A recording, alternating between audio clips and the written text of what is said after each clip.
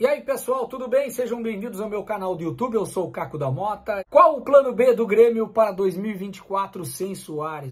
Mas não é que o Grêmio ganhou do Flamengo sem Soares? Sim, para mim circunstancial.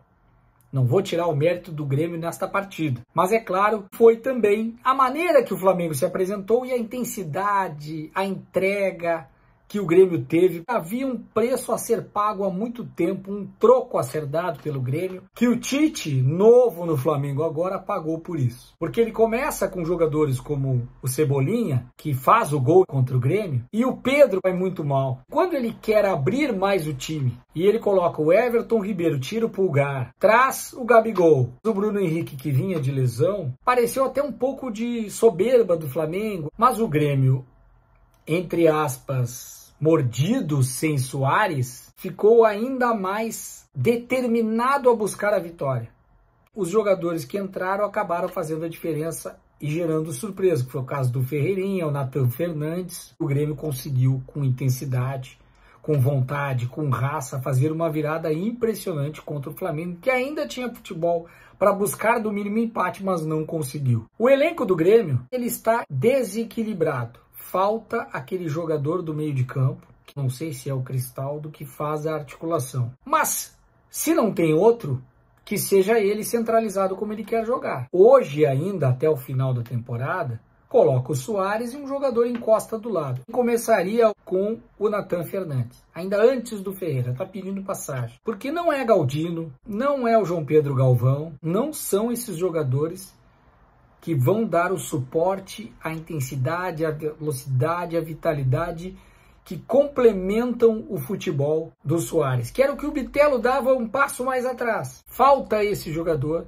com essa juventude, essa velocidade, que o Cuiabano também dava, sendo um cara mais avançado. E aí um alerta que tu tem que ter esse equilíbrio do jogador mais experiente, de muita qualidade, que é o Soares, acima de todos os outros, e o melhor jogador do Campeonato Brasileiro disparado em todos os aspectos. E esses jogadores mais jovens. Quando sai o Bitelo, o Grêmio cai. Depois ele se reencontra nesse jogo do Flamengo e tem uma virada contra um time muito ruim, que é o América Mineiro, e que praticamente entrega para o Grêmio a possibilidade de virar o placar, mas aí numa qualidade infinitamente superior da individualidade do Soares. Imagina no ano que vem não ter o Soares e não ter o Renato, que também ainda não renovou. Eu acredito que possa ser um certo jogo de cena do Renato, dar a entender que ainda não tem uma coisa definida, ninguém deixa muito claro qual o plano, porque o próprio Grêmio tem suas dúvidas com o Renato. Também não deixa claro isso, até porque aquele episódio do Renato,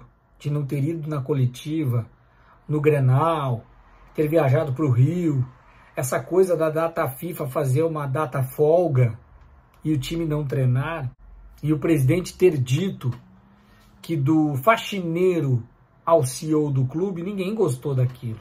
Depois foram aparadas arestas, mas ficou algo ali a ser conversado num segundo momento, a partir da renovação para o ano que vem, que eu acredito que ela possa acontecer, ainda mais se o Grêmio conseguir vaga na Libertadores. Ele está na briga, nem que seja via pré-Libertadores. O Renato não está colocando nessa condicional. Me parece muito mais quem o Grêmio vai trazer para suprir a ausência do Soares, do articulador que falta no meio de campo, do jogador de velocidade que o Renato tanto fala, que tinha pedido por muito tempo o Michael. Agora tem um outro lado também. O que o Renato está entregando para o time, começou muito bem a temporada, mas existe um momento em que ele começa a perder o time que ele havia encontrado. Quando passa a mudar demais o sistema tático e as escalações no meio da temporada, após a saída do Bitelo, procurando um time que ele não encontra. Fica muito mais fácil quando ele tiver todas as peças. Os melhores zagueiros do Grêmio ainda são Jeromel e Kahneman, mas não tem como colocar os dois juntos. Então ainda prefiro Bruno Alves e um deles, aquele que estiver melhor fisicamente. Se fisicamente eles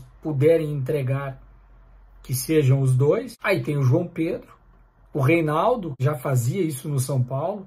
Tem jogos que vai muito bem, tem outros que vai muito mal, mas é um lateral esquerdo de ofício, apoia, tem alguma dificuldade às vezes em marcação, fica nervoso, recebe cartão, discute com o árbitro, que não é legal.